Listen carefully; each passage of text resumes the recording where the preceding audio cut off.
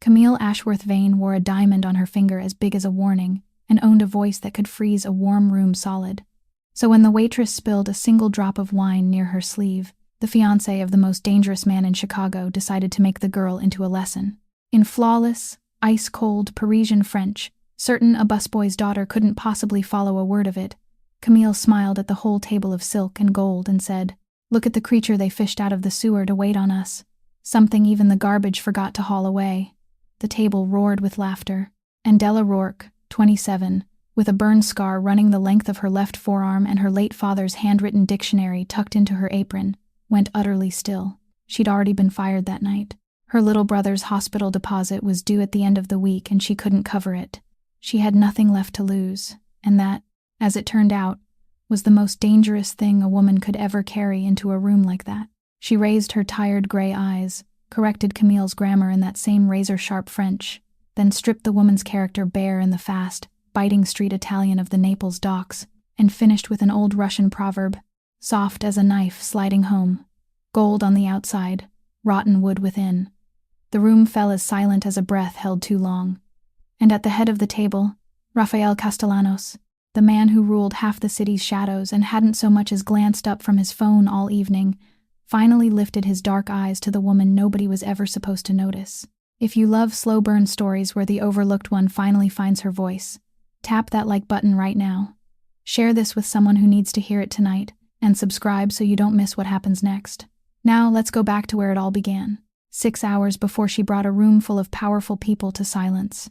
6 hours earlier, far from the crystal chandeliers and the scent of expensive perfume, an attic apartment nestled beneath the sloping roof of an old building on the western edge of the city, where cold air slipped through a window frame patched with tape, and the room's only desk lamp cast a weak yellow glow that felt like a weary word of comfort. Della Rourke knelt on the worn rug beside the small bed, pulling the faded plaid blanket more securely around her little brother's shoulders, while Toby, 8 years old, looked up at her with the bright, shining eyes of a child who had never learned to doubt the world. The dictionary lay between them like a treasure, its leather cover cracked, its thick yellowed pages crowded with the handwriting of a man who was no longer alive. It was the only thing Della had managed to save from everything they had lost. And every night, when the streets outside disappeared into darkness, she opened it the way someone might open a door leading back into the past.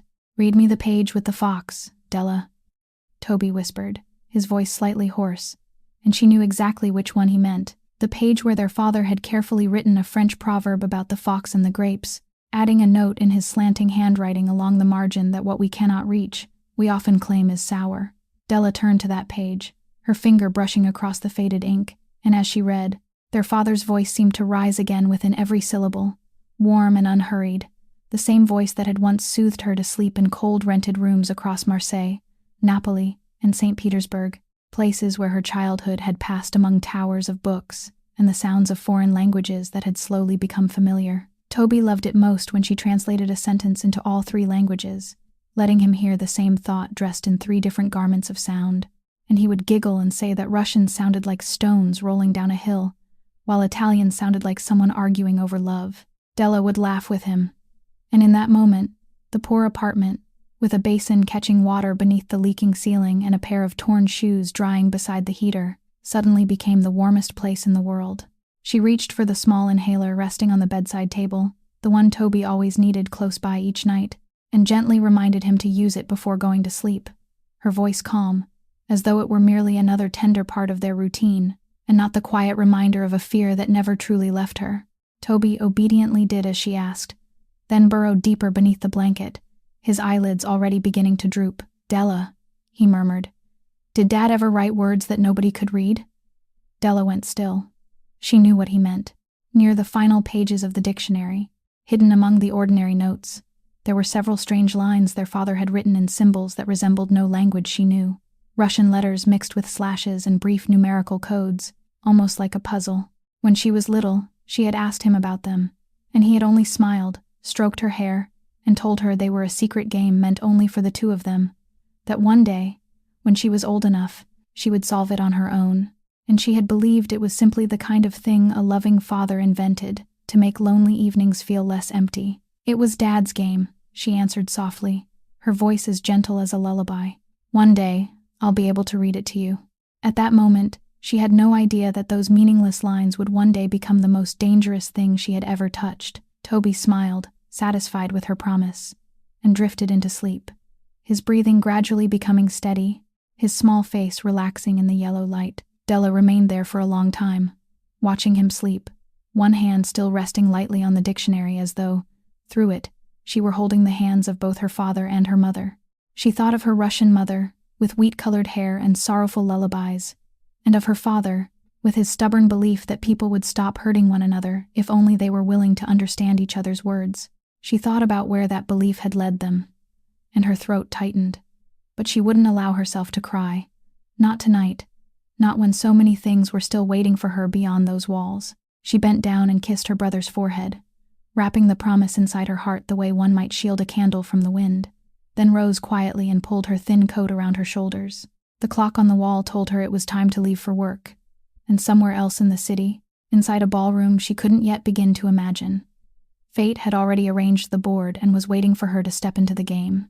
Mrs. Kowalski from the apartment across the hall was already waiting outside when Della gently pulled the door closed, and the elderly woman with trembling hands merely nodded, a nod that had become a private language between them after so many nights. A quiet promise that she would leave her door open and listen closely to the room next door until Della returned at daybreak. Della pressed a scrap of paper with the hospital's phone number into her hand in case anything happened, reminded her where Toby's inhaler was kept, then started down the dark staircase, each step creaking beneath her feet as though it were grieving on her behalf.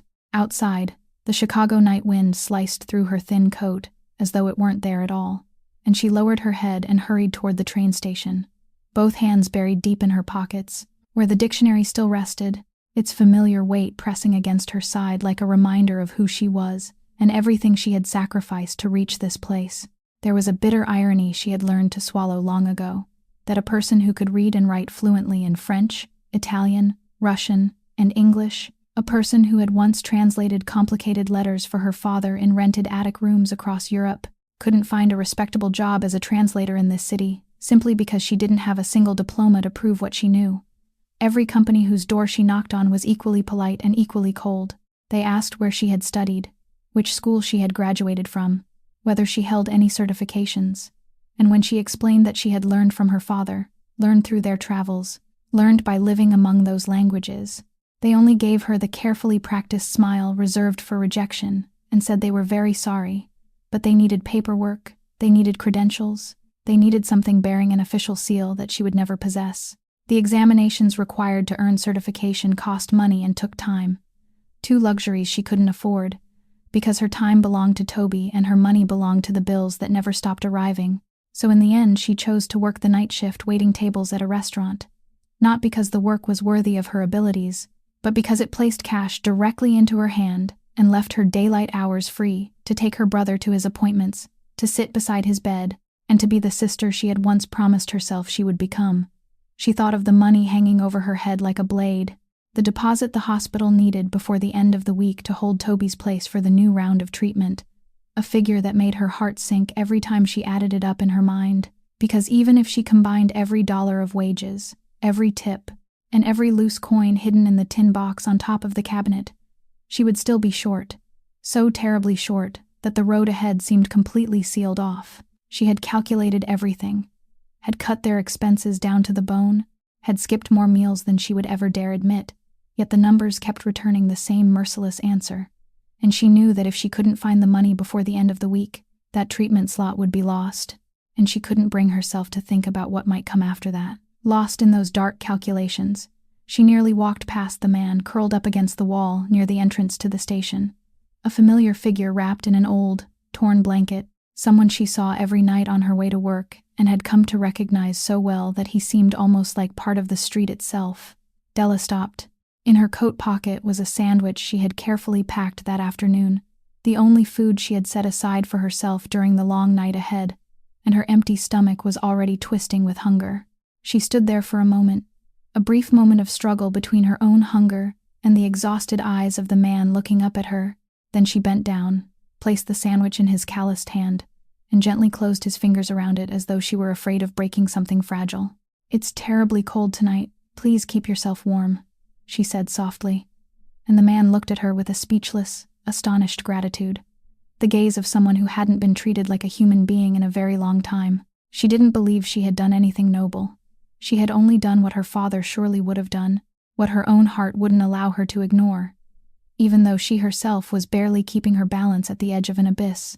Then she raised the collar of her coat, descended the steps into the earth, and let the roar of the train swallow her whole, carrying her toward an evening she believed would be nothing more than another ordinary shift among hundreds of others, never knowing that it would be the night her life turned onto an entirely different path.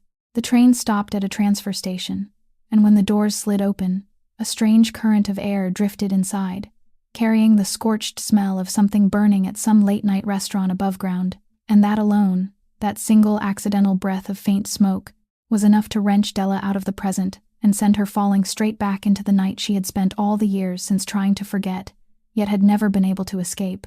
She closed her eyes, but closing them only made the memory clearer.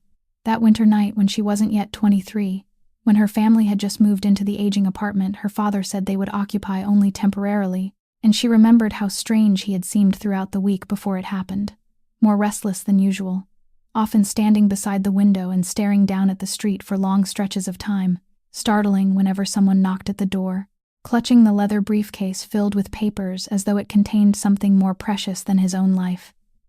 At the time, she had dismissed it. She had told herself it was merely the suspicion of a man who had lived through too much turmoil, the anxious caution of an aging scholar, and she hadn't asked, hadn't pressed him for answers, a silence for which she would later pay with the rest of her life.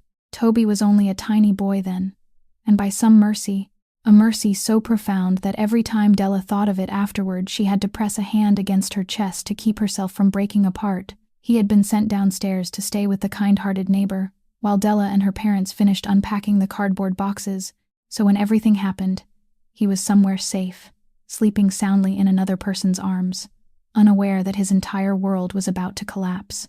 Della was in the courtyard, struggling to carry a box of books in from the moving truck, when she heard the sharp crack of an explosion from the floor above, and then a fierce orange-red light flared behind the window of their apartment, and for one endless moment she stood frozen, the box slipping from her hands, the books spilling across the snow like broken-winged birds. Then she ran. She couldn't remember how she climbed those stairs. She only remembered the heat striking her face like a wall, remembered the sound of her father calling her mother's name from somewhere inside the sea of flames, remembered throwing herself forward, screaming, reaching into the smoke as though she could tear it apart with her bare hands and find them, and the fire licking across her left forearm, biting into her flesh with a wound she would carry for the rest of her life like the branded seal of grief. She had almost reached the door of the innermost room, close enough to believe that only a few more steps would take her there. But then the powerful arms of a firefighter closed around her waist, yanked her backward, and dragged her out of the burning apartment while she fought, scratched, screamed, and begged them to let her go back inside, to give her just a little more time, only a little. But time was the one thing that night refused to give her. They carried her out into the snow, and she collapsed to her knees on the frozen ground, watching her home blaze like an enormous torch against the darkness, knowing her parents were still inside, knowing she had been right there, so close to them, and still hadn't been able to save them. The scar running along her forearm, the one she had hidden beneath her sleeves for all those years, wasn't the mark of an accident. It was the mark of the moment she hadn't reached them in time.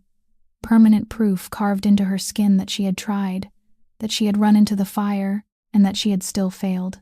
They told her it had been an electrical short circuit, a tragic accident for which no one was to blame, and for years she had tried to force herself to believe that comforting explanation, tried to bury the faint, persistent feeling that something wasn't right, that her father's restlessness during his final days had concealed something she had never been allowed to know. She had pushed the thought away, called it the obsession of a broken heart clinging to anything that might spare it from accepting the senselessness of loss. The warning chime announcing that the train doors were about to close pulled her back into the present, and Della's eyes flew open, her heart pounding, her palms soaked with cold sweat. She drew a deep breath, forced the memory back into the place where she had kept it imprisoned, and stepped out of the train, never knowing that within only a few hours, the truth she had buried for so long would begin rising from beneath the ashes. Syrian occupied the top floor of a glass tower overlooking the dark expanse of the lake, a place where merely stepping through the revolving door was enough to make Della feel smaller, like a stray blot of ink on a page of immaculate white paper. She went around to the employee's entrance, changed into the black uniform that had begun to fray at the cuffs, tied her dark brown hair neatly at the nape of her neck, and stepped into the glittering world where she was always present, yet never truly seen. At Syrian, people like her were part of the scenery rather than human beings. They were the hands that poured wine, the shadows that cleared plates, the names no one cared to remember. And tonight that was truer than ever, because the entire restaurant had been reserved for a private celebration, the engagement party of the Castellanos family, a name even the waitstaff dared speak only in whispers tinged with caution and fear. The grand dining room was flooded with candlelight and white orchids, filled with tailored suits and evening gowns, worth an entire year of Della's rent, with controlled laughter and the delicate chime of crystal glasses, all of it forming an atmosphere that was luxurious yet cold, beautiful yet lifeless. Like a garden trimmed so perfectly that nothing living remained, Della had been assigned to serve the main table, where the most important guests were seated, and she moved among them as quietly as a shadow, pouring wine, replacing plates, lowering her head, making herself invisible in precisely the way they expected her to be. At the head of the table sat a man slightly apart from the crowd, his broad shoulders framed by a dark suit, his black hair touched with a few strands of silver at the temples, and throughout the evening he hardly bothered to look up, his eyes fixed on the screen of his phone with a weariness so deep it seemed to reach the bottom of him, as though all the splendor surrounding him were nothing more than a burden he had to endure until it was over. Beside him, the woman everyone in the room gathered around and praised shone in an entirely different way, with a carefully polished, cutting beauty, a smile that always appeared in exactly the right measure, and whenever her gaze swept across the serving staff, it carried the faint disgust of someone who had discovered an insect in her soup.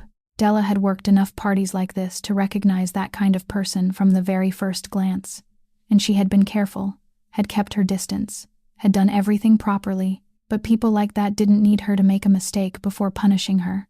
They only needed an excuse. That excuse came when Della tilted the bottle to refill the woman's glass, and at the very moment the red wine touched the rim, the woman suddenly nudged her elbow, a movement so slight that no one noticed it, yet enough to send a single drop spilling onto the pristine white tablecloth. Then she cried out, her falsely shrill voice cutting through the music, complaining that this clumsy girl had nearly ruined her dress, demanding to know where anyone could have found such a careless employee. The manager appeared at once, his face drained of color, bending deeply as he apologized to the honored guest, and without bothering to hear a single word from Della, he seized her by the elbow and pulled her into a corner, whispering in a voice filled with both fury and fear that she had gone too far this time, that he couldn't allow a mistake like that to happen in front of people like these, and that once her shift ended tonight, she didn't need to come back. Della stood there, listening as each word fell like a cold stone, and the strange thing was that she didn't feel angry, didn't feel the urge to argue. She only felt a vast emptiness rising inside her, because what filled her mind wasn't the job she had just lost, but Toby's face, the money hanging over her head, and yet another door slamming shut. She nodded, so faintly it was almost imperceptible, then returned to the dining room to finish the final hours of a job that was no longer hers. And it was then, when she had reached the bottom of a night that couldn't possibly grow worse, when she truly had nothing left to lose, that the woman spoke again, this time in smooth, cutting French, uttering words she was certain the shabby little waitress standing before her would never understand. Della stepped out of the glass tower sometime after midnight, and the cold of the late-night street struck her differently now than it had when she arrived, because a fear was growing inside her chest, slowly and undeniably real, tightening around her with every step that carried her farther from the lights.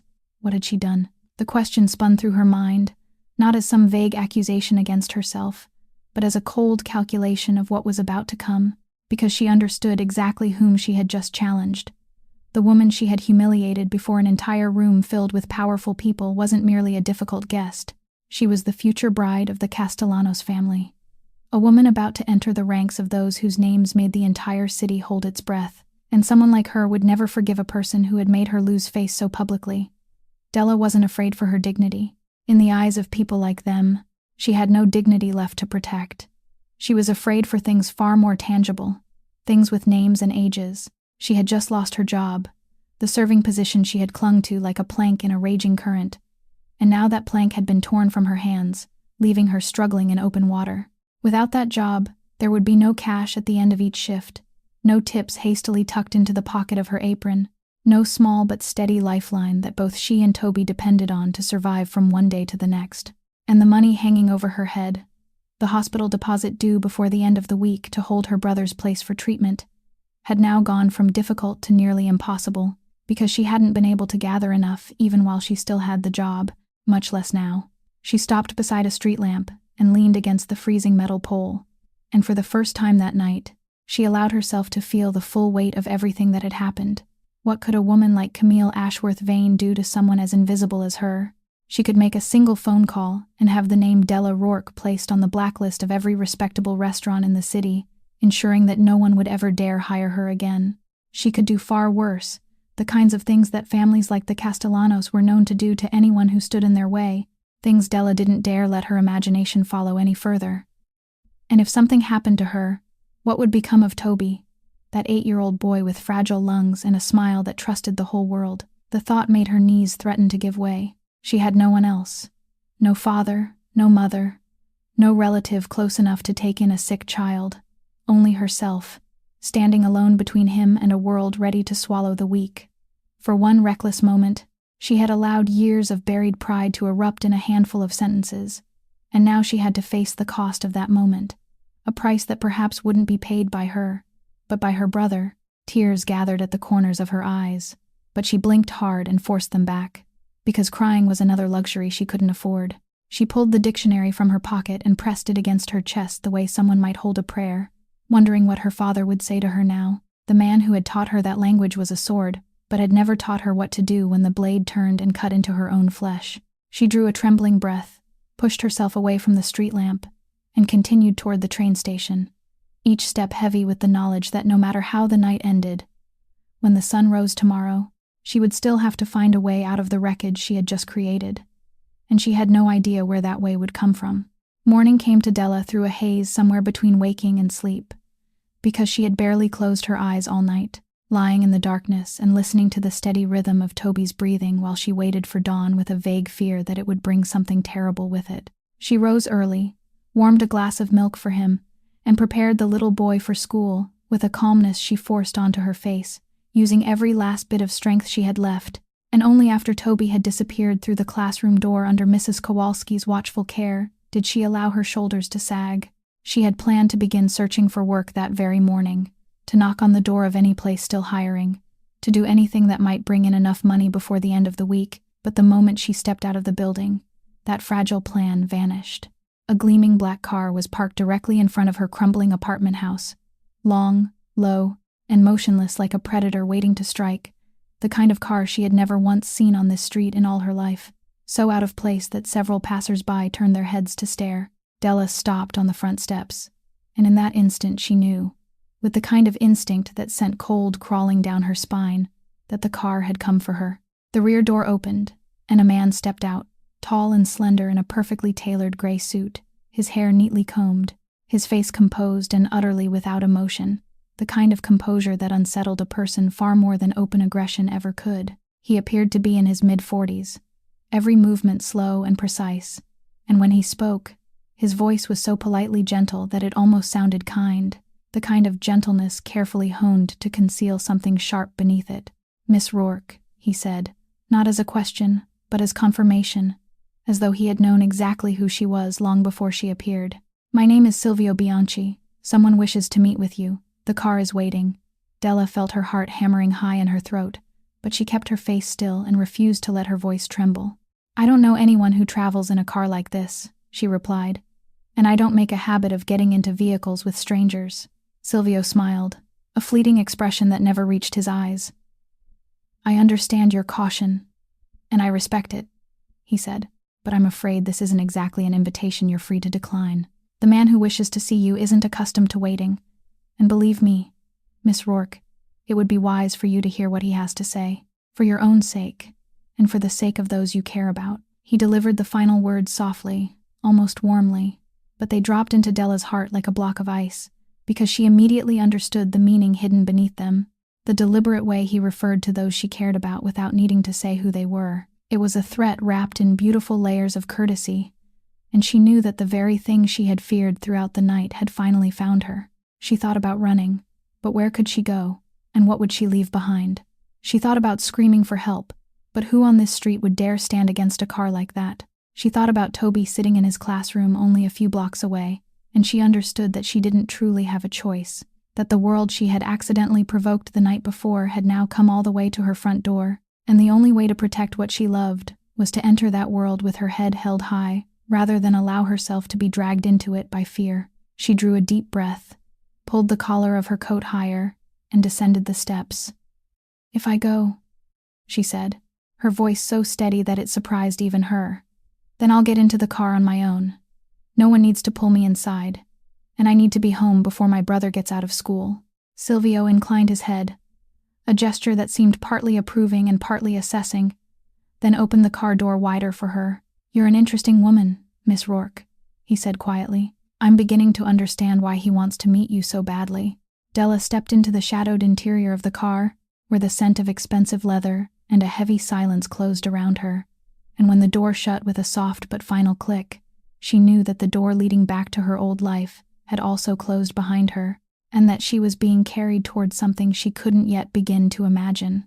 The car moved through streets that grew more elegant with every passing block, leaving the rows of gray buildings behind as it entered a district Della had only ever seen in films, where mansions stood concealed behind tall iron gates and severely trimmed trees, until at last it stopped before a vast entrance that opened automatically as the vehicle approached, as though the entire estate had been expecting her.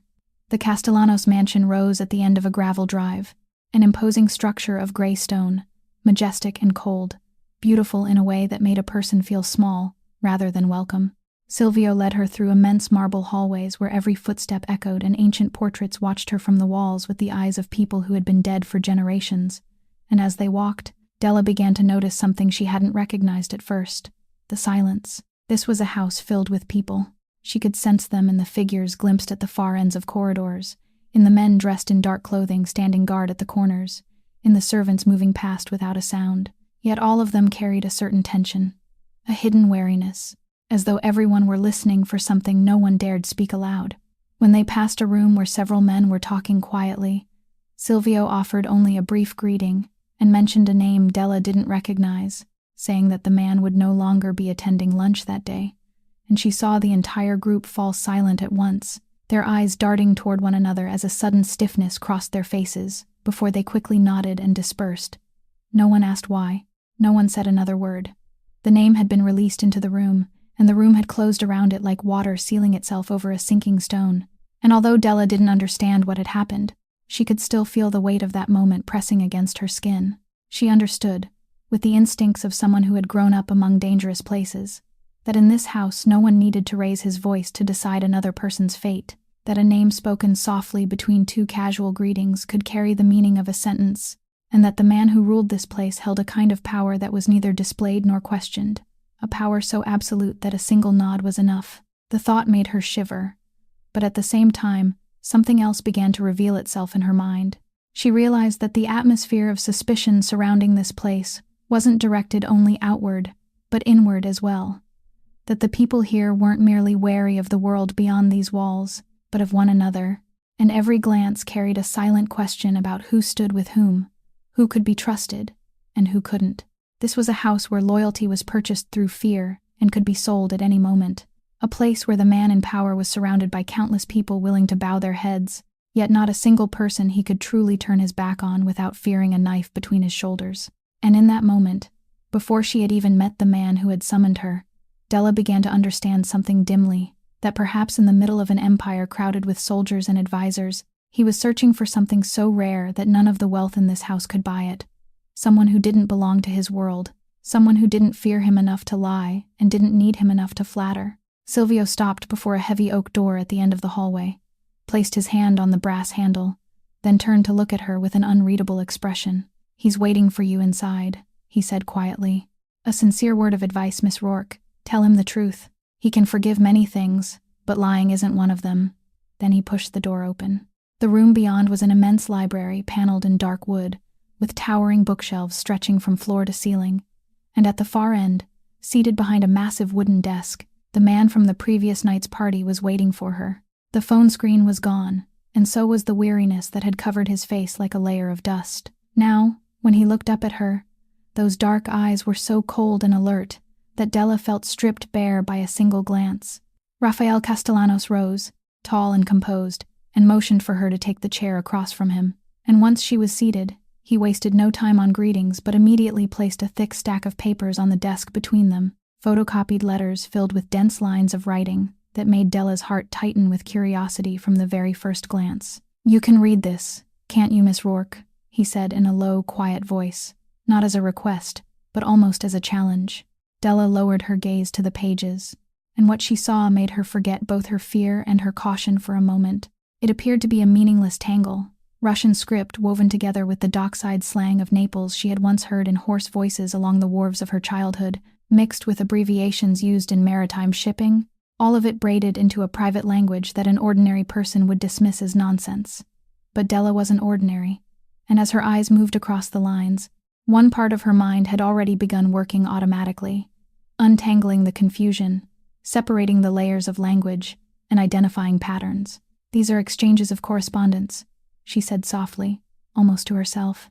The writer deliberately blended several languages and forms of slang so that no one could decipher them without having lived in exactly those places. It isn't a mechanical cipher. It's a human cipher, built from lived experience. She looked up and found Rafe watching her intently, and there was something in his gaze that had just been confirmed. He sat down, leaned back in his chair, and began to speak in an even voice, though every word carried immense weight. He told her the letters had been intercepted from a network trying to strangle his operations at the harbor, a patient and ruthless rival force working its way into every opening, and worse, that there were signs they had succeeded because a traitor was hiding within his own ranks. "I have an entire organization working for me," he said, and for the first time Della heard genuine exhaustion in his voice. "There are men I fed and educated, men who swore they would die for me, but I can't place these papers in the hands of any of them, because I no longer know which tongue in this house is speaking the enemy's language. I went to outside experts, but they managed only a few scattered lines before admitting defeat. They said this required someone who hadn't merely studied these languages, but had lived inside them." He leaned forward, his eyes locking onto hers.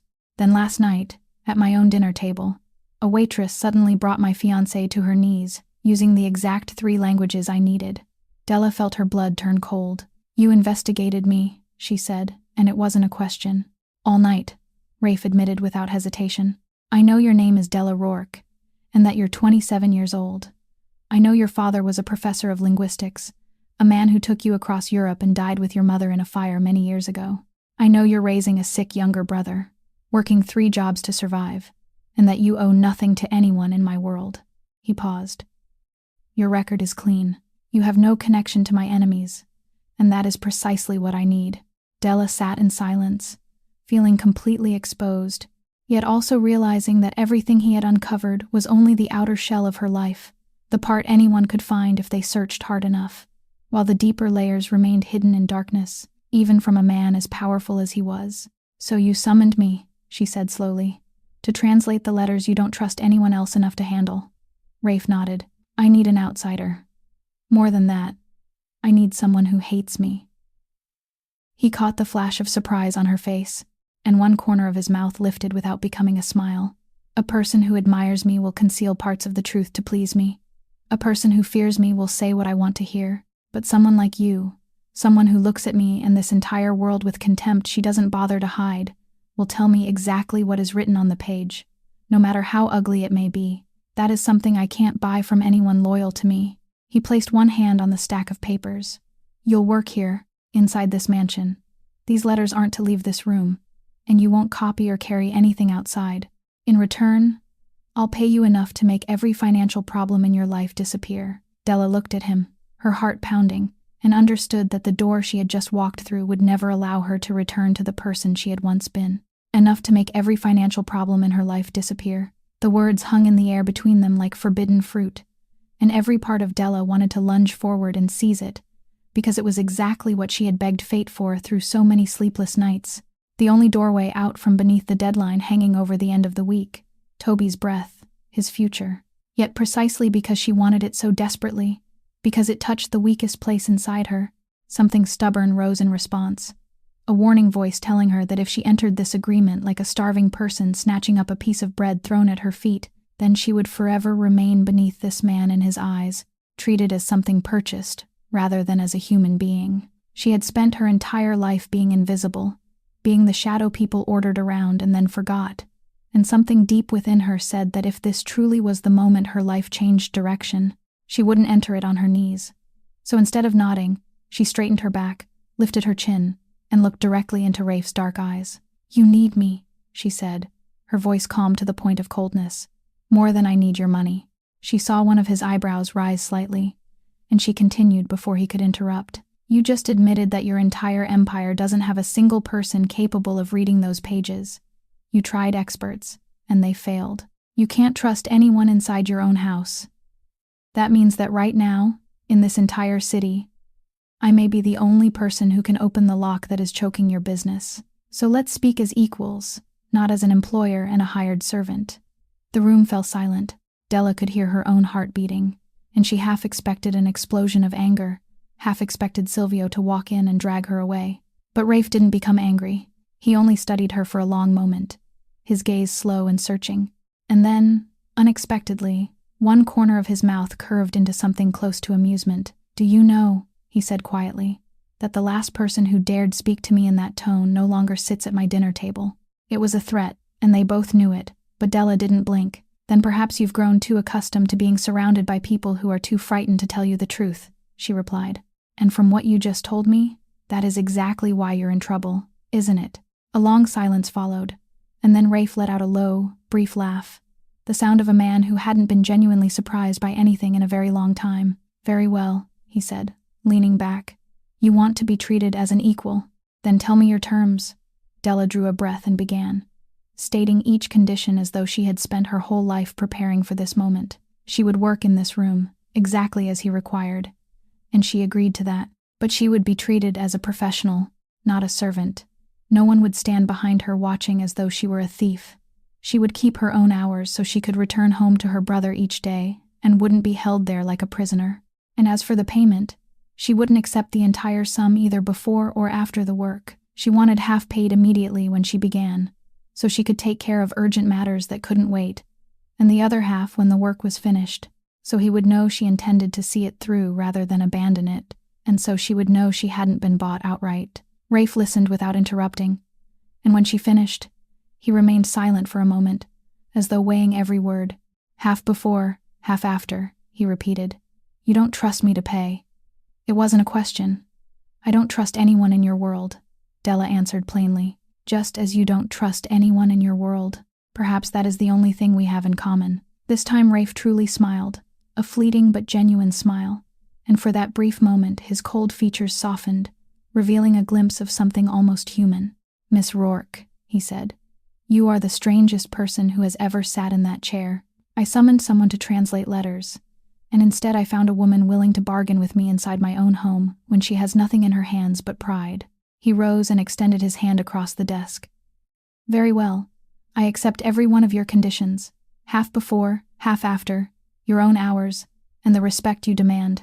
Della looked at the hand offered to her, a large hand with calloused knuckles that didn't resemble the hand of an idle gentleman, then placed her own small, work-worn hand into it and held firmly, and in that handshake she felt a strange current pass through her, a sense that she had just signed herself into something far greater than a simple working agreement, though she couldn't yet give it a name. The work began the very next morning, and Della quickly became immersed in it, in the way only those who truly love language can understand, that state in which time and space disappear, while the mind devotes itself to loosening every knot in a labyrinth someone else has constructed. She sat at the small table beside the library window, where daylight spilled across the pages, and little by little, she peeled away the tangled outer layers of the letters, separating the Russian from the Neapolitan dockside slang, identifying the disguised words they used to conceal their true meaning, things an outsider might read as references to grain or silk trading, but which were actually dirty payments, and the names of people who had been bought. Rafe was often in the room, seated at his own desk not far away, pretending to examine stacks of ledgers but occasionally looking up to watch her work with an attention she could feel even without meeting his gaze. And gradually the initial tension between them began to dissolve into a more comfortable silence, the silence of two people focused on the same purpose. But one afternoon, as Della worked her way through a particularly intricate passage near the end of the stack, she suddenly froze. the pencil in her hand, stopping abruptly above the page as though someone had turned it to ice. There was a name. It wasn't written plainly but concealed inside a sequence of symbols. Yet when she deciphered it, when the letters slowly took shape beneath the point of her pencil, she felt as though the ground had collapsed beneath her feet. It was her father's name.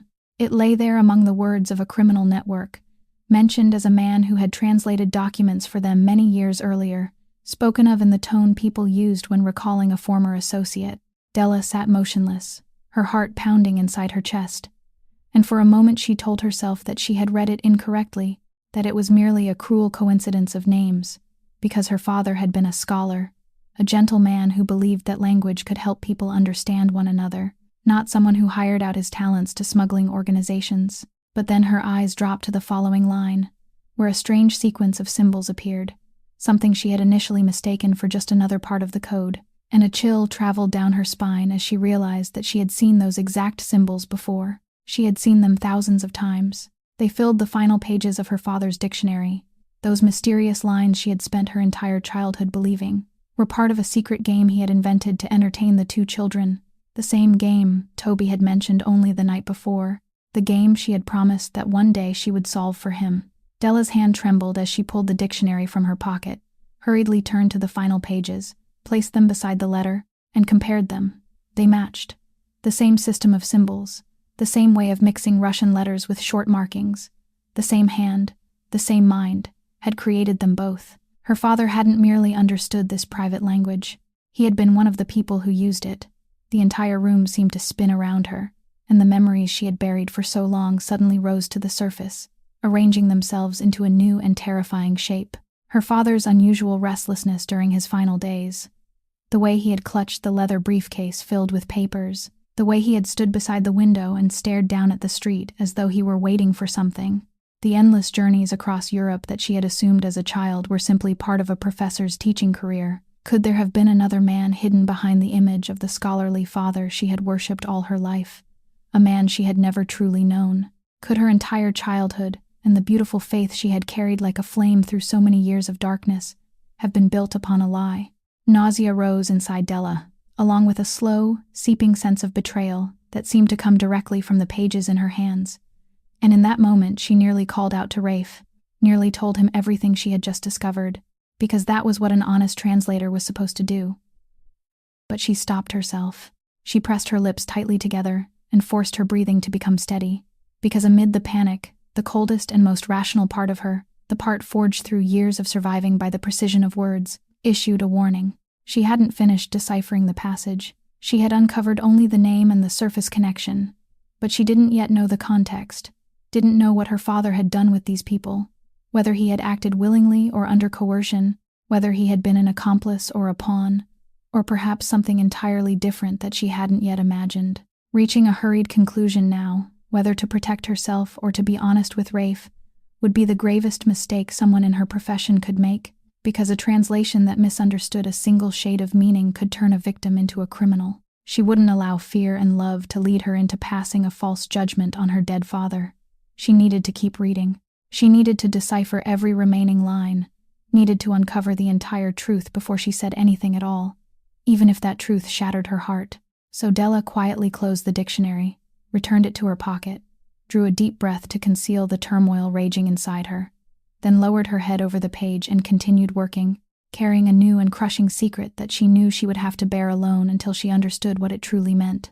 A few nights later, when the work had stretched far into the night and the entire mansion had fallen into silence, Della was still seated over the pages beneath the soft glow of the desk lamp, and instead of summoning Silvio to take her home, as he usually did, Rafe poured her a cup of hot tea with his own hands and sat down in the chair across from her, saying nothing, simply allowing the silence between them to linger in the strange warmth of the book-filled room. Beyond the windows, the city shimmered with distant points of light, and there was something about that late hour, about the bone-deep exhaustion that had followed so many days of intense concentration, that made the walls both of them had built around themselves seem thinner than before. Rafe was the first to break the silence. He asked about the scar on her arm, the one she always kept hidden beneath her sleeve but had exposed under the lamplight that night, while absorbed in her writing. Della stiffened for a moment, her first instinct to evade the question as she always had. But then she looked into his dark eyes and saw not intrusive curiosity, but something quieter, almost the understanding of a man who carried scars of his own. So she spoke. She didn't retell the events of that night. She didn't need to, and she couldn't. Those images remained locked in the deepest place inside her. She spoke only of what had remained after everything else, the feeling that had followed her through all those years like a shadow that never left. "I was there," she said softly, her eyes fixed on the steam rising from her tea, "close enough to do something, and I wasn't fast enough. People told me no one was to blame, that it couldn't have been prevented, but those words never reached the place that hurt. Because every morning when I wake, the first thing I feel isn't grief. It is the question of why it was me, why I was the one who survived when they didn't. I carry my brother through each day. I do everything I can for him, but even when he smiles at me, even in the happiest moments, there is still a voice inside me whispering that I don't deserve that joy, that I purchased it with the lives of the people I couldn't save." She looked up, and there were no tears in her eyes, only a naked honesty so raw that Rafe seemed to stop breathing for a moment. "I'm not telling you this so you'll pity me," she said. "I'm telling you because perhaps this is the first time in my life I have sat before someone I believed wouldn't look at me as though I were something pitiful." Rafe remained silent for a long time, and when he finally spoke, his voice had changed, lower now, as though he were drawing the words from a place as deep and painful as the one she had just opened. "I understand the burden of surviving better than you think," he said. Then he told her, without looking at her, his gaze fixed somewhere in the distance, about a childhood that bore no resemblance to hers, filled with books and journeys. He spoke of a father, a man who ruled his family through fear, who considered tenderness a weakness and taught his children more often with a heavy hand than with words, a man who had pushed him into this dark world when he was still too young to understand where he was being led. He spoke of his older brother, the only person who had ever protected him inside that cold house, the man he had watched being taken from him during a bloody purge between rival powers, and how that moment, the moment he had stood helplessly and watched the person he loved most die, had killed part of him forever. "I inherited all of this," he said, gesturing toward the magnificent room and the invisible empire stretching beyond it, "but I didn't inherit it because I wanted it. I inherited it because I was the one left alive. And do you know the most bitterly amusing part, Miss Rourke? I possess everything people mistake for power. Dozens of men ready to do whatever I command. Yet I don't have a single person I can turn my back on without fearing a knife.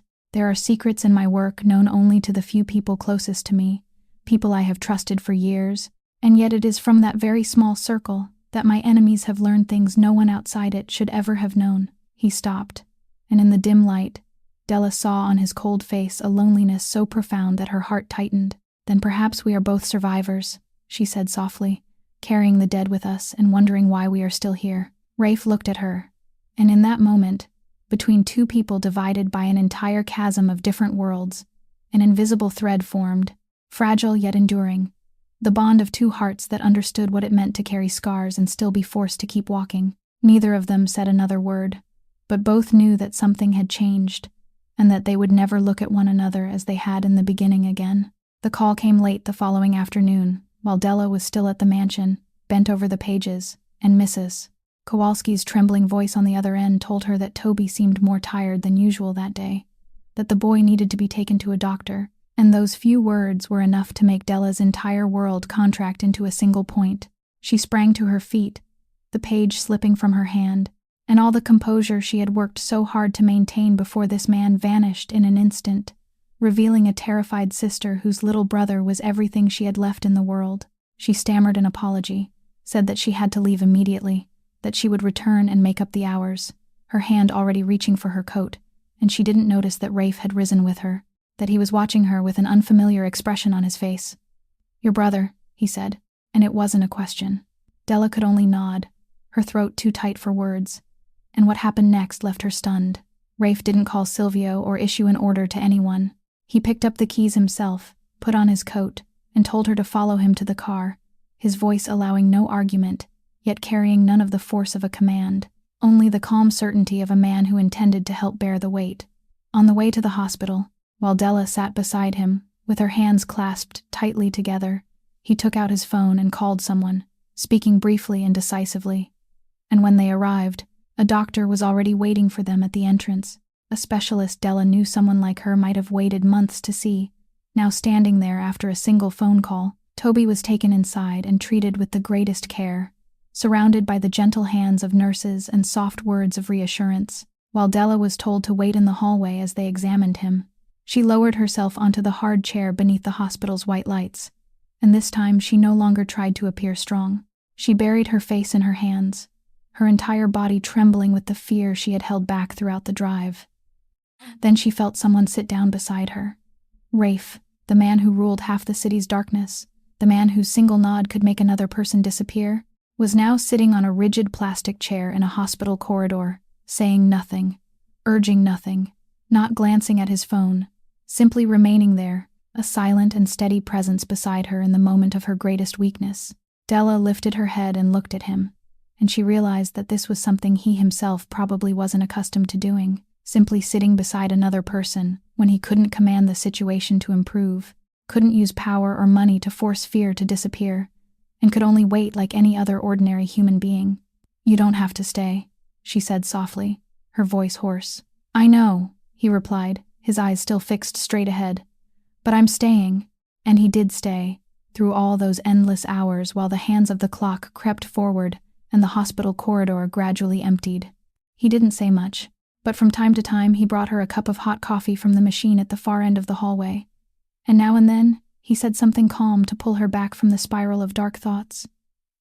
And whenever she looked up, he was still there, as steady as stone in the middle of a storm. At one point, during the deepest hours of the night, Della drifted off from exhaustion, and when she startled awake, she found Rafe's coat draped over her shoulders while he sat upright beside her, keeping watch as she slept.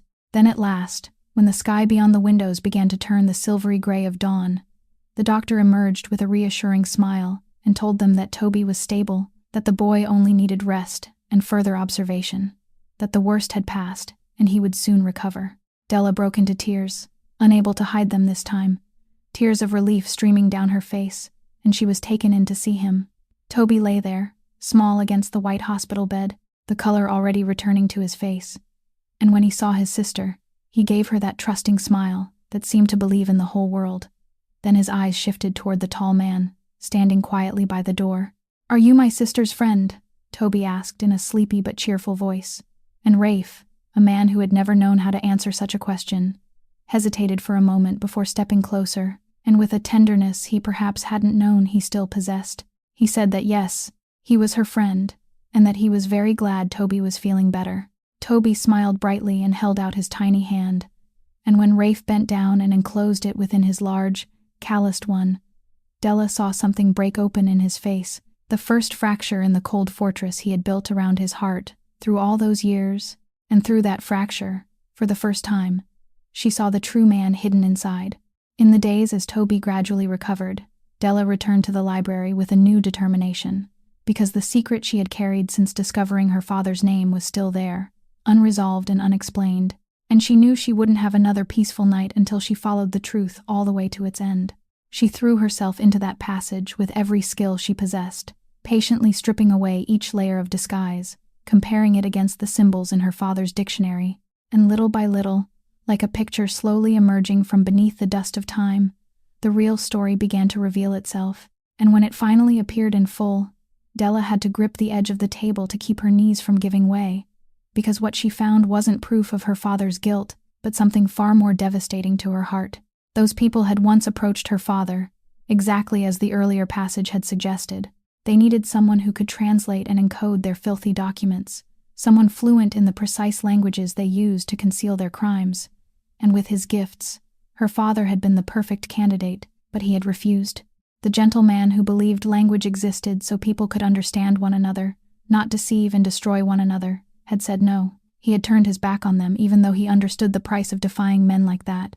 And the letter, written by those very people with the coldness of men recording an unpaid debt, recalled what had happened as a warning to anyone else who might dare disobey them, saying that the stubborn scholar from years before had been dealt with, that the fire which consumed his home hadn't been an accident of fate, but their own hand coming down upon him. Della sat motionless for a long time, the words blurring before her eyes, and the entire understanding of the world she had lived with for so many years collapsed and rebuilt itself within that single moment. The fire hadn't been a tragic accident she was supposed to learn to accept. Her parents hadn't died because of an old electrical wire. They had been murdered, deliberately murdered by the same network, now tightening its grip around Rafe, the same people to whom these letters belonged, the same enemy whose every line she was sitting there deciphering. The guilt that had weighed on her for all those years, the tormenting belief that she should have been able to do something, suddenly transformed into something entirely different, something hot, sharp, and directed. A pure fury she had never known she was capable of feeling. For years she had blamed herself for failing to save them, had lived beneath the shadow of a question without an answer. And now she finally understood that she had never been guilty at all, that no effort of hers could have stopped a crime already decided by people far more ruthless than she had ever imagined. Her father hadn't been an accomplice. He had been a man who chose death rather than betray what he believed. And the secret game he had left behind inside the dictionary, the private language he had taught her as though it were only a game, may have been the final gift he gave his daughter, the key that would one day allow her to understand everything. Tears streamed down Della's cheeks, but this time they weren't tears of guilt. They were tears of bitter release mingled with determination. She rose, gathered the pages in her hands, and went to find Rafe. When she told him, her voice trembled but never faltered, telling him about her father, about his refusal, about the fire, about the network that had taken her family from her and was now threatening him. She saw Rafe's face change in a way she had never witnessed before. He stood in silence, and in his eyes there wasn't only shock, but something almost like shame. The shame of a man who had just discovered the limits of his own power. "I had you investigated down to the smallest detail," he said quietly, almost to himself. "My people searched every record, every document, every hidden corner of your past, and all they found was a fire, an accident, an unfortunate professor of linguistics. Not one trace, not one thread leading to this truth." He looked up at her, and there was a chilling seriousness in his gaze. "Do you understand what that means, Della? If they could bury a crime so completely that even my resources couldn't uncover it after all these years, then they are more dangerous and more sophisticated than I ever believed. I underestimated them." Della looked at him, and when she spoke, her voice had changed, carrying a new weight. "Then from this moment on, this is no longer only my job," she said. "You hired me to save your business, but these people took my parents from me. They made me live in guilt for years over a crime I never committed. So I will decipher every one of these letters to the final line, not for your money anymore, but because I need to know every name, every face belonging to the people who burned my life to the ground." And Rafe, looking into the gray eyes now burning with the fire of resolve, understood that the woman before him had ceased to be an employee and had become an ally bound to this war by her own flesh and blood. With the new fire of determination burning inside her, Della threw herself into the remaining letters like a woman possessed. And only 2 days later, when she reached the newest correspondence, the letters written most recently, she discovered something that turned her blood to ice. This was no longer about business rivalries or bribing officials. The latest lines described a plan, a specific and ruthless plan, to destroy one of Rafe's largest warehouses at the harbor, not to rob it, but to burn it to the ground, to strike a blow powerful enough to make his entire empire stagger. And what tightened Della's heart wasn't the loss of property, but one detail hidden among those cold lines, that the plan would be carried out at night, during an active shift, while workers were still inside laboring to provide for their families. Innocent people, fathers and mothers who had nothing to do with the war between powerful men, would be reduced to collateral damage in an act of revenge. Della brought the discovery to Rafe immediately, and she watched his face darken, not with the calculating concern of a man weighing profit against loss, but with the deep anger of someone who couldn't bear the thought of human lives being treated with such contempt. It was in the middle of that moment, while the two of them were bent over the pages deciding how to stop the attack, that Silvio entered and announced that someone had arrived asking to see him. Mr. Gareth Mullen, the family's longtime financial advisor, who had just returned from a trip and claimed to be carrying a solution to the trouble at the harbor. Mullen entered the library with the ease of a man who knew the room intimately. A middle-aged gentleman in an expensive suit, wearing a composed smile and speaking in a voice as smooth as oil, and he began describing a negotiation that could settle everything, reasonable fees that would have to be paid to purchase peace. Della, seated quietly in the corner, paid little attention at first, until her gaze happened to fall upon his right hand resting on the desk, and she saw it. The hand missing its smallest finger, with only an empty space where the finger should have been. A chill ran down her spine. In the letters she had just deciphered, among the disguised names, one figure had been mentioned again and again by a title: the gatekeeper, the man missing a finger, the one who ate bread from both tables, a description she had originally assumed was nothing more than an obscure metaphor. Now, as she looked at the incomplete hand of the man sitting comfortably before them and speaking of solutions and peace, every piece suddenly fell into place. The informant wasn't some nameless subordinate. He was sitting right there, inside that very room, a man who had been trusted for years. Della rose, and before reason could stop her, she spoke a sharp sentence in Neapolitan dockside slang, the exact language used only by the people who paid him, a phrase referring to the gatekeeper and the man who dined at 2 tables. The effect was immediate and impossible to deny. Gareth Mullen froze in the middle of a sentence, his smooth smile hardening on his lips, and all the blood seemed to drain from his face, revealing beneath the mask of composure the naked terror of a man who had just been exposed. He understood the sentence. He understood it far too well, and that understanding condemned him more powerfully than any evidence could have done. Rafe surged to his feet, and in that instant the composed man vanished, replaced by a cold and dangerous force Della had previously known only through whispered stories. Before Mullen could reach the door, Rafe blocked his path, and with several swift, decisive movements, he subdued the traitor and pinned him against the wall, his voice dropping into a sound that seemed to lower the temperature of the entire room. He didn't beat him, and he had no need for theatrical violence. The weight of restrained fury in his voice alone was enough to make Mullen tremble. He demanded, one word at a time, to know who the informant had betrayed him to, what he had sold, and for how long. Trapped with nowhere left to turn, Mullen finally began to confess in a broken voice, admitting that he had taken money from the rival network, passed them internal information, and deliberately looked away while they worked their way into the harbor. But even with his back against the wall, a trace of cunning still appeared in his eyes, and he gave a dry, twisted laugh. "You think catching me ends this, Castellanos," he rasped. "I'm only the messenger. Do you truly believe I could have known everything? I sold them on my own. Some of the information I passed outside should have been known only by the people closest to you. Ask yourself who has always stood nearest to you, so near that you never once thought to suspect them."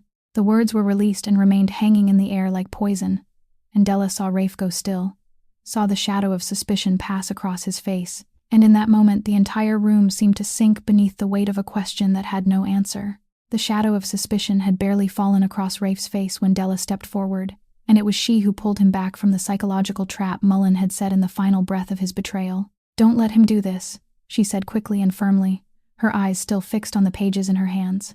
"He is planting suspicion, so you will tear your own ranks apart from within. It is the final move of a man who has already lost. I have read every one of these letters, every single line, and I know exactly how the information was leaked." She turned to the passage she had marked and showed it to him, speaking with the voice of a professional who wouldn't allow emotion to distort the truth. The clues in the letters didn't point to someone in Rafe's innermost circle, as Mullen had implied, but to a low-level channel of communication, an insignificant courier whose only task was to carry scattered fragments of information, a man Mullen had used as a screen so he could cast suspicion upon innocent people. The name Mullen had deliberately left unspoken. The insinuation aimed at the man who always stood closest to Rafe was his final cruel strike against Silvio, the right hand who had remained loyal to him for so many years. And if Rafe took the bait, the powerful leader would remove the most trustworthy man he had with his own hands, exactly as the enemy intended. Rafe looked at the pages Della was showing him, then turned toward Silvio, who stood silently beside the door with his face hardened by the injustice of the accusation. And in one brief moment, while the entire room seemed to hold its breath, he made his choice. He trusted Della's evidence over the poison of a traitor's words. But there was no time for relief, because the final letters concealed another detail that demanded immediate action. The plan to destroy the warehouse had been moved forward, and that fateful night wasn't some distant point in the future. It was tonight.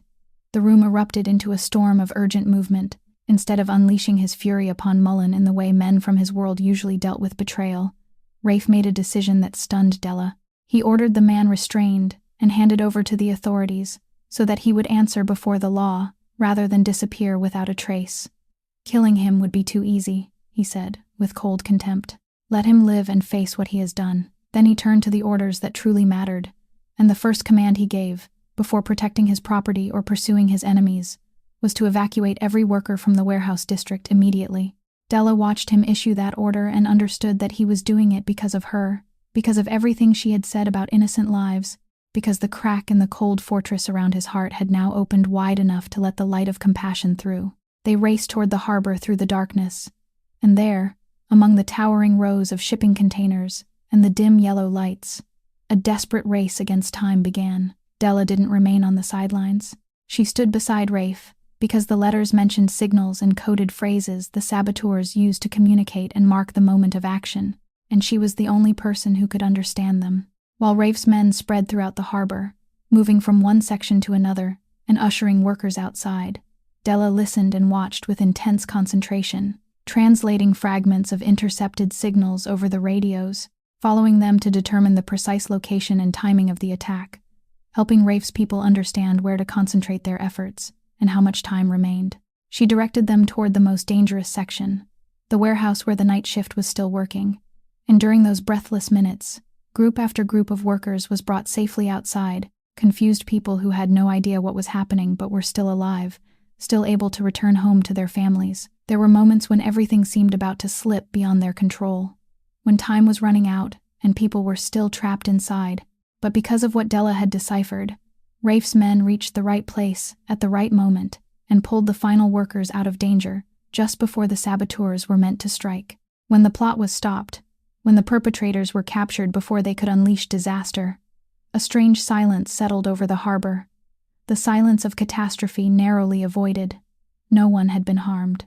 No father failed to return home that night, and no child lost a parent as Della had so many years before. She stood in the middle of the harbor, breathing hard, her hair disheveled and her hands trembling from the strain, watching the workers being led to safety, and she felt something inside her chest begin to soften, as though by saving these strangers, she had also begun to heal some part of herself, the part that had shattered on a winter night long ago.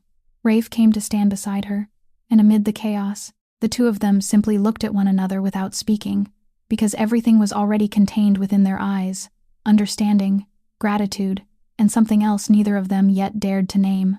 A few days after the night at the harbor, when everything had settled, and Della had returned to the rhythm of ordinary life with a lightness she hadn't felt in a very long time, she decided to do what the deadline hanging over the end of the week had been urging her toward all along: go to the hospital and secure Toby's place for treatment, even though her heart was still heavy because she knew she hadn't managed to gather the full deposit they required.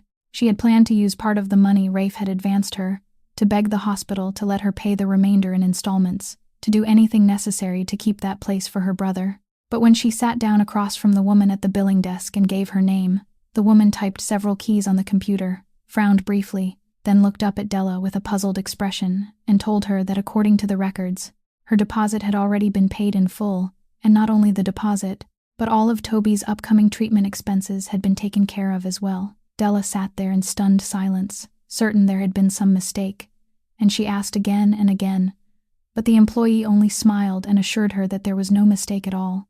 Everything had been paid, and her little boy would receive the care he needed without her having to worry about money any longer. While her mind was still spinning as she tried to understand what had happened, she began asking about the old debt she had carried on her back for so many years. The debt connected to a lending company that regularly sent someone to remind her of what she owed, and the answer she received left her even more shaken. That debt was gone too. It had been completely erased, and not a single dollar remained hanging over her head. Della left the hospital in a daze, and on the way home she followed every thread she could find in her mind, trying to discover who had done this, until a truth slowly began to emerge that made her heart tighten. She started asking questions and tracing the lending company that had loaned money to her father years ago and later turned its collectors upon her, and she discovered that it wasn't an independent business at all, but one small link buried deep inside the underground financial network controlled by the Castellanos family. For all those years, the debt that had crushed her shoulders, stolen her sleep, and forced her to work 3 jobs at once had always been within the reach of the man she had known only a short time, and he had erased it. He had quietly eliminated both the debt and the cost of Toby's treatment without saying a word, without ever mentioning it, without asking for thanks or gratitude, without turning it into leverage to bind her to him, or a favor she would be forced to repay. He had simply done it and remained silent, as though it had never happened. Della stopped in the middle of the sidewalk, and tears suddenly spilled from her eyes beyond her control. Tears she didn't even know how to name, because what filled her heart was a confusion of emotions too great to bear. There was gratitude, a gratitude so deep it was almost painful, because that man had lifted from her shoulders a burden she had believed she would carry for the rest of her life. But there was also confusion, a bewilderment over how she was supposed to feel about someone capable of being so cold and yet so gentle. A man who lived in a world of darkness and power, but had used that very power not to suppress or control her, but to quietly protect her and her little brother. She had grown accustomed to believing that power in the hands of the strong always meant oppression, accustomed to watching wealthy and influential people use it to crush people like her, and she didn't know where Rafe belonged within that understanding of the world.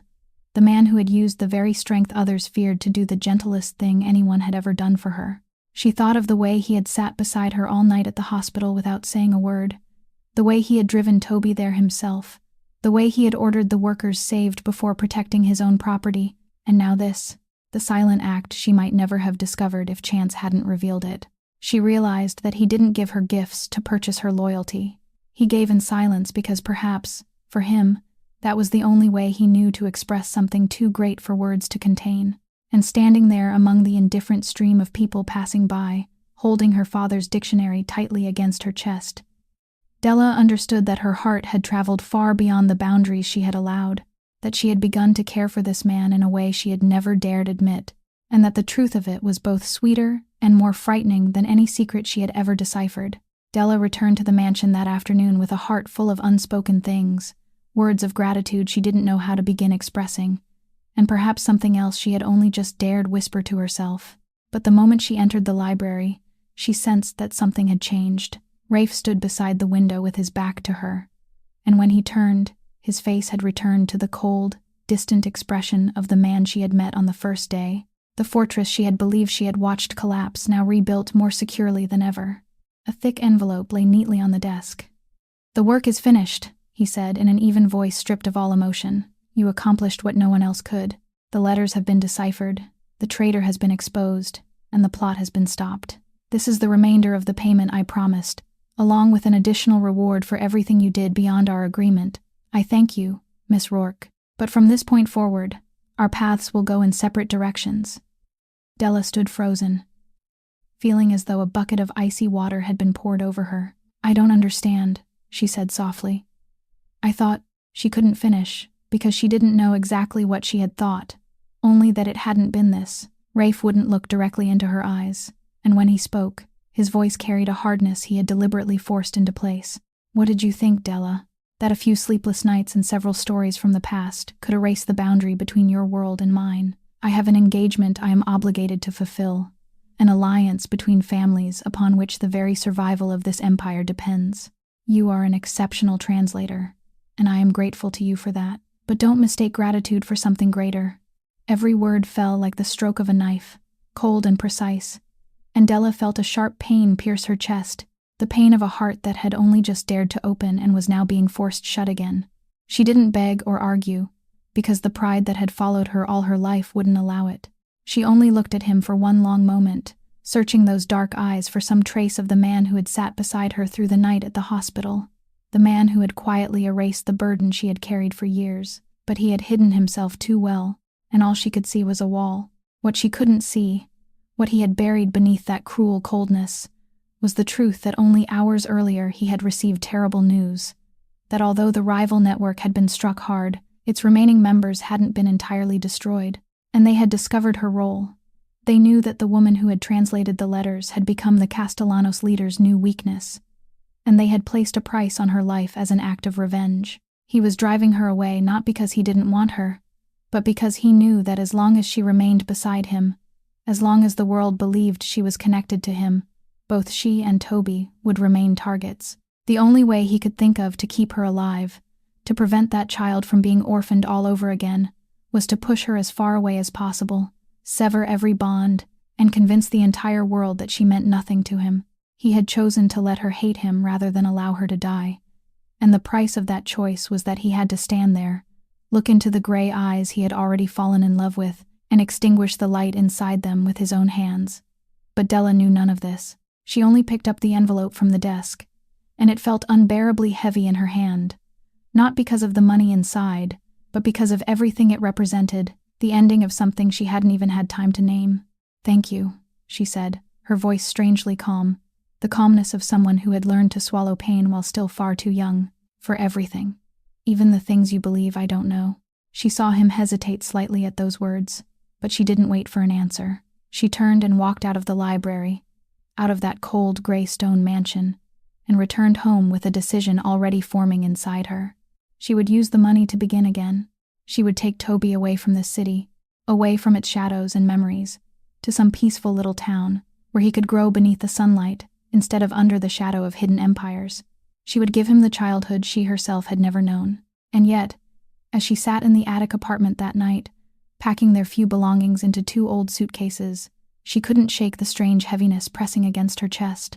She had everything she had ever dreamed of: freedom, safety for her brother, a new beginning. She had won.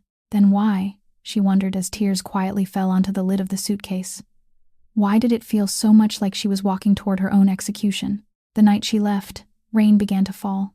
A cold, late autumn downpour washing over the city as though the sky itself were weeping for everything that had never been spoken aloud. Della stood beneath the roof of the bus terminal with Toby, one hand holding tightly to his small fingers and the other gripping an old suitcase, waiting for the night bus that would carry the 2 of them away from the city forever. Toby looked up at his sister with clear, trusting eyes and asked whether the place they were going had many trees, whether there would be somewhere for him to run and play.